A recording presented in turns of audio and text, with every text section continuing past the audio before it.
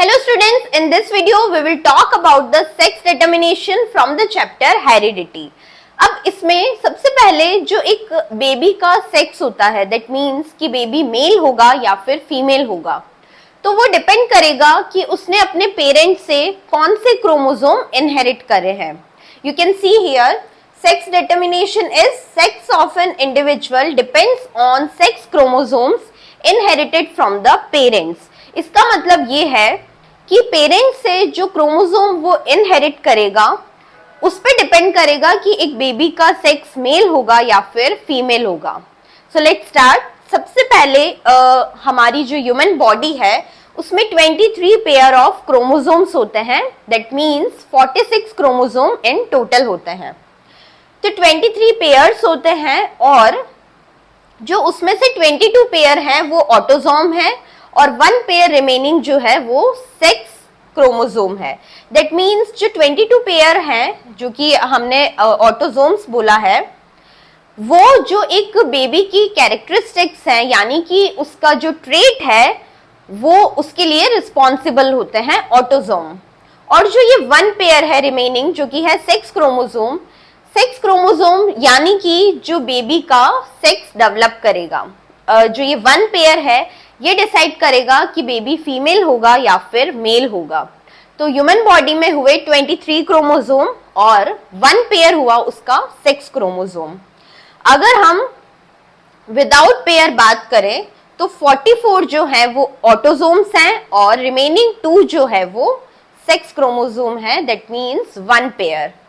तो ये हो गई बात हमारी ऑटोसोम्स और सेक्स क्रोमोसोम की.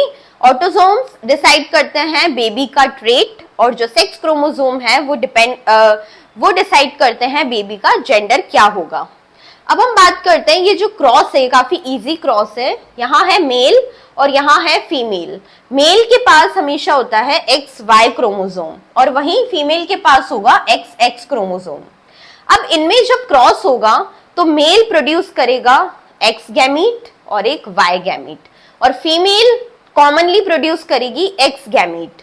तो यहाँ पर जो गैमीट है वो बन गए XY और यहाँ हो गया X. अब हम इनका क्रॉस कराते हैं तो आप देख सकते हैं यहाँ पे कौन कौन से गैमीट फॉर्म होंगे.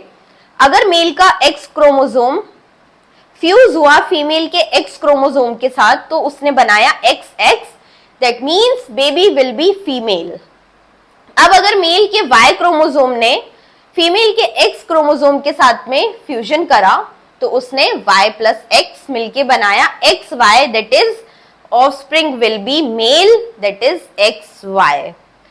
तो ये जो क्रॉस है इसको देख के आपको आइडिया लग रहा होगा कि जो मेल है वही रिस्पॉन्सिबल होता है मेनली कि बेबी फीमेल होगा या फिर बेबी मेल होगा, बिकॉज मेल के पास में XY क्रोमोसोम है और फीमेल के पास में XX क्रोमोसोम है. अब ह्यूमन रिप्रोडक्शन की जो फिनोटिपिक रेशियो होता है उसके बारे में हम बात करेंगे. वो होता है 1:1, बिकॉज यहाँ पे प्रोबेबिलिटी फीमेल की भी 1 है और मेल की भी 1 है. So the phenotypic ratio will be 1:1. तो ये हो गई रेशियो की बात.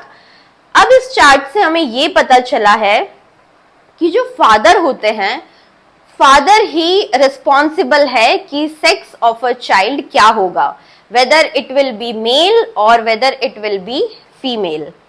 तो जो पुराने लोग बोलते हैं या फिर एक मदर को ब्लेम करते हैं कि बेबी फीमेल हुई है, तो ये चार्ट बता रहा है कि जो मेल है फादर वही रिस्पॉन्सिबल है for the sex of the baby, because male के पास में 2 गैमीट्स होते हैं XY के, वही फीमेल के पास दोनों गैमीट्स X के होते हैं. सो ये था सेक्स डिटर्मिनेशन जिसमें आपको एग्जाम पॉइंट ऑफ व्यू से ध्यान रखना है. ऑटोसोम्स किसके लिए रिस्पॉन्सिबल होते हैं, कैरेक्टरिस्टिक्स के लिए, और जो सेक्स क्रोमोसोम है वो ऑफस्प्रिंग के सेक्स के लिए डिपेंडेंट होता है. So this was the sex determination. Thank you and stay tuned.